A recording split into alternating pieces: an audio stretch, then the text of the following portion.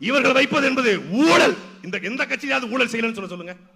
மனசாட்சி தொட்டு ஊழல் செய்யலங்க அப்படின்னு சொல்லுங்க. புதுசா வந்திருக்கிற தம்பி லயலாமணி இருக்கிற பக்காமாஸ் கட்சியும் சேர்த்து கேட்கிறேன். நேற்று அந்த பக்காமாஸ் கட்சியினுடைய தேர்தல் மேலாண்மை பொதுச் செயலாளர் சொல்றாரு, நாங்க ஊழல் செய்யக்கூடாதுன்னு சொல்லல, யாரையும் கொல்லாம ஊழல் செய்யுங்க. ஊழல் செய்யக்கூடாது சொல்லலையா, யாரையும் கொல்லாம ஊழல் செய்யுங்க. அந்த பக்காமாஸ் கட்சியினுடைய தலைவர் இருக்காரு பாருங்க, அவர் சொல்றாரு, நாங்க விமான நிலையம் வேணாம்னு சொல்ல, இந்த இடத்துல வேணாம்னு சொல்றோம்.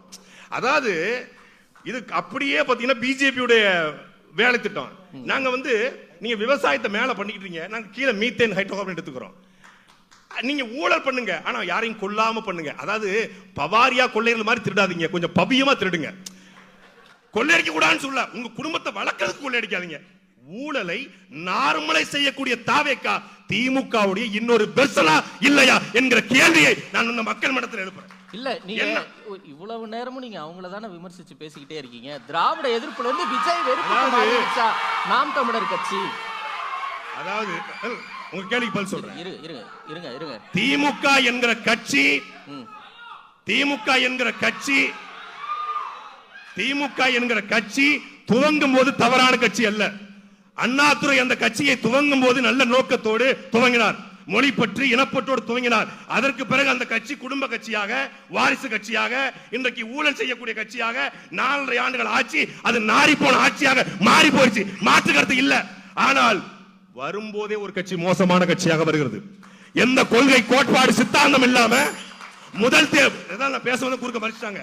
முதல் மாநாட்டுல அண்ணாவும் எம்ஜிஆரும் இல்ல, 2வது மாநாட்டுல அண்ணா எம்ஜிஆர், 3வது மாநாட்டுல கருணாநிதி ஜெயலலிதா வரலன்னா நீங்க சொல்லுங்க.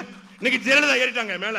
ஜெயலலிதா ஊழலே செய்யலன்னு கேட்டா இத மாதிரி உலக உருட்ட பார்க்க முடியாது. ஜெயலலிதா ஊழல் செய்யலையா அப்படின்னு கேட்டா என்ன சொல்றாரு, ஒரு கட்டடத்தை நாம் கட்டுகிறோம் என்றால் அந்த கட்டடத்தில் பார்த்துக்கிறோம் என்றால் சில பேர் செங்கல் தருவார்கள், சில பேர் ஐயா இந்த கேள்விக்கு இது பதில் இல்ல.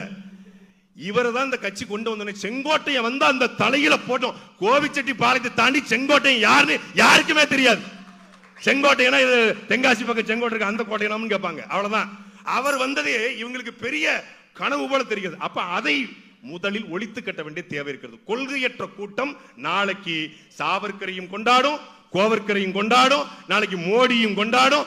அதனால அதை முதலில் ஒழித்து கட்ட வேண்டிய அவசியம் இருக்கிறது. சரி, திமுக அதிகாரத்தை பிடிச்சனால திமுகவை இந்த தேர்தலோடு ஒழிக்க வேண்டிய கள